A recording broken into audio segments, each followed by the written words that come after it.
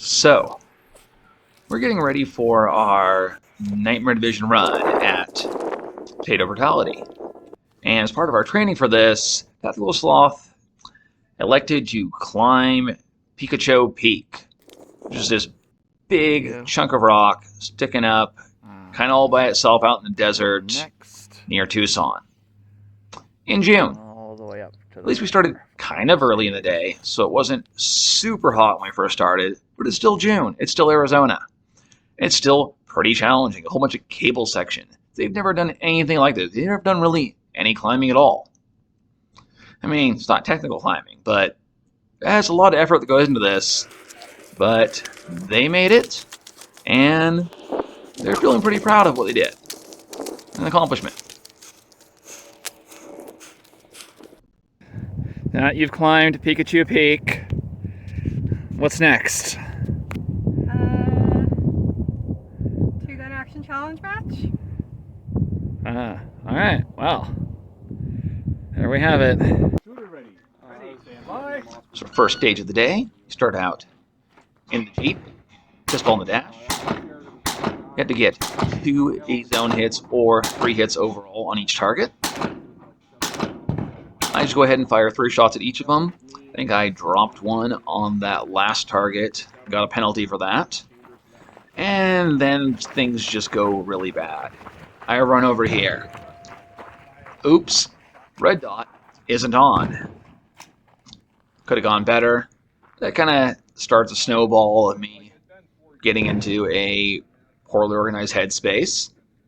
I was advised by Sinister Rifleman that I should definitely just shoot this offhand because that's way too many shooting positions to get through under par time if I try to go and drop prone. Now, with each of these positions, if you get all 3 hits in a row, one on each of those targets, you get to skip the next one.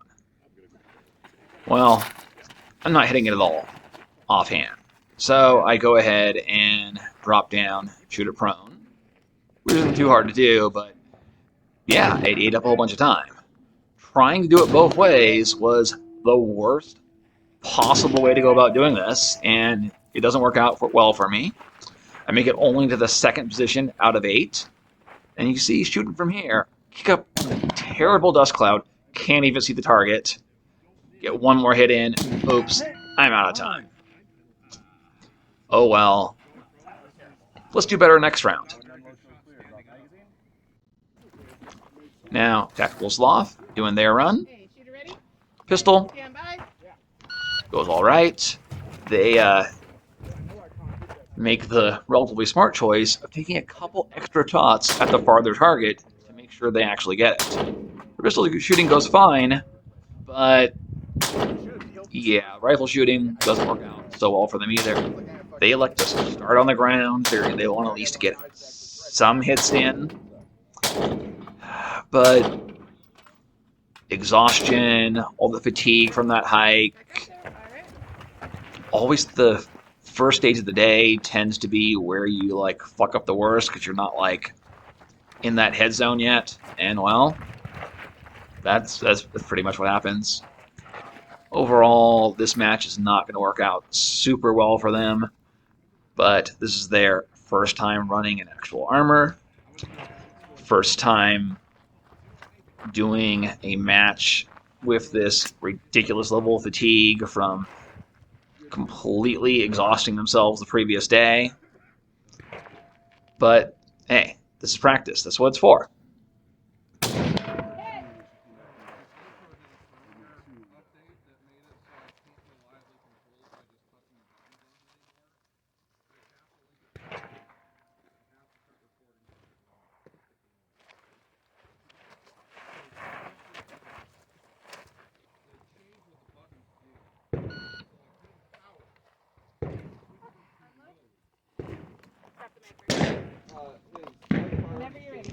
Alright, this is our next stage. This one you have to engage some rifle targets. First underneath this very low barricade, then from over a barrel, then from under a table, then run up against pistol targets. This is very low, and something they haven't practiced that much, and of course, now, after experiencing this, we go, yeah, something we're going to need to practice. They do a bunch of futzing, trying to get on target. Once they eventually figure out a good position that gets them on target, no problem hitting them, but they've already eaten up all their time. Also, worth noting, the only other times they've done this sort of shooting underneath a very low barricade is using a red dot. And so much easier to do this with a red dot than with a low-powered variable optic. And, well, again, learning experiences. Important.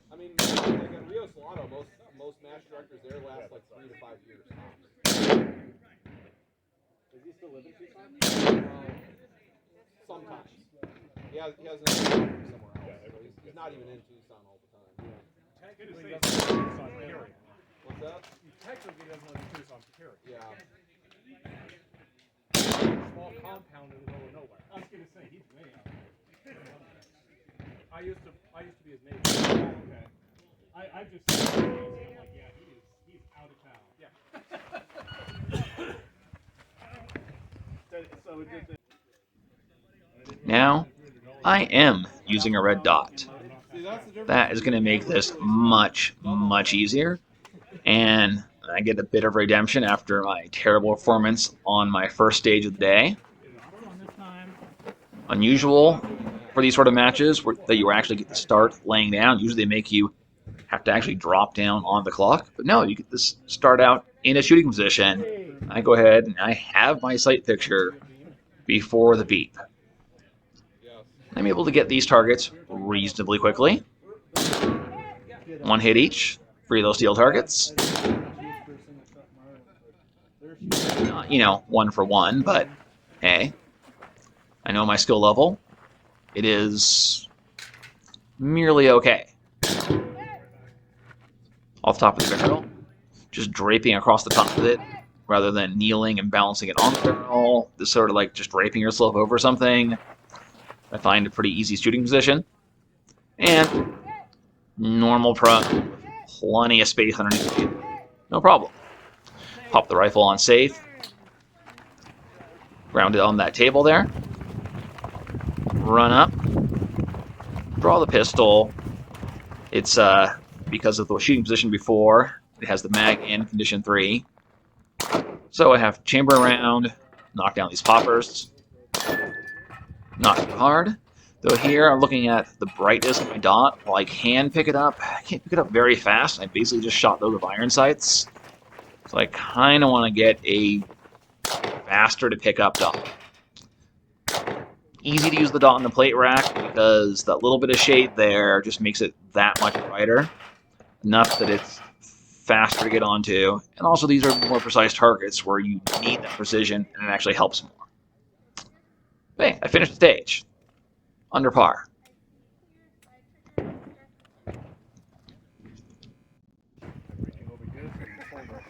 Last stage of the day. This is just them turning the remote brutality stage into a match stage.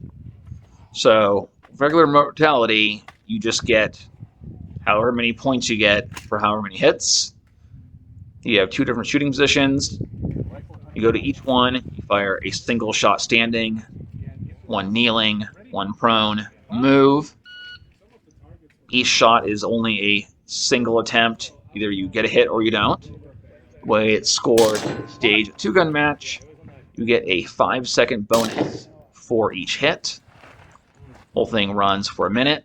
So if you get 12 hits, your time will be 0. If you get more, you can actually go negative. We've done this a few times on our own as our normal remote brutality entries, and they did significantly better on those. This is not their best, not their worst run, and they're plugging along, but they just had some misses.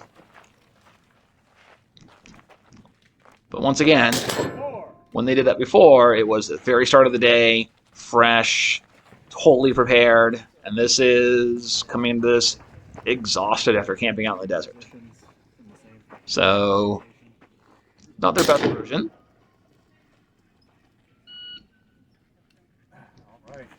And that's time. Was that 5 hits? 6 hits? One of those. Now, It's all the well, I other also was on that same take hike. advantage of It was a bit easier for me, so I'm not nearly paying as big of an exhaustion penalty. And a red dot is what you want to be using for this kind of close range kind of target anyways. And I'm able to do reasonably good.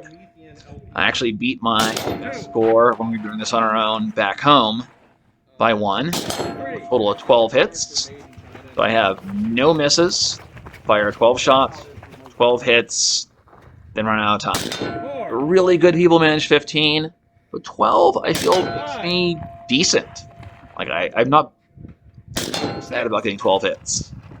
It's I think I'm getting from incompetent noob to more or less starting to seem like I know what I'm doing. Eight. We're gonna send out the signal and all the hospitals. 9. Good, Brad. Keep it up. And then they wish you had a 10.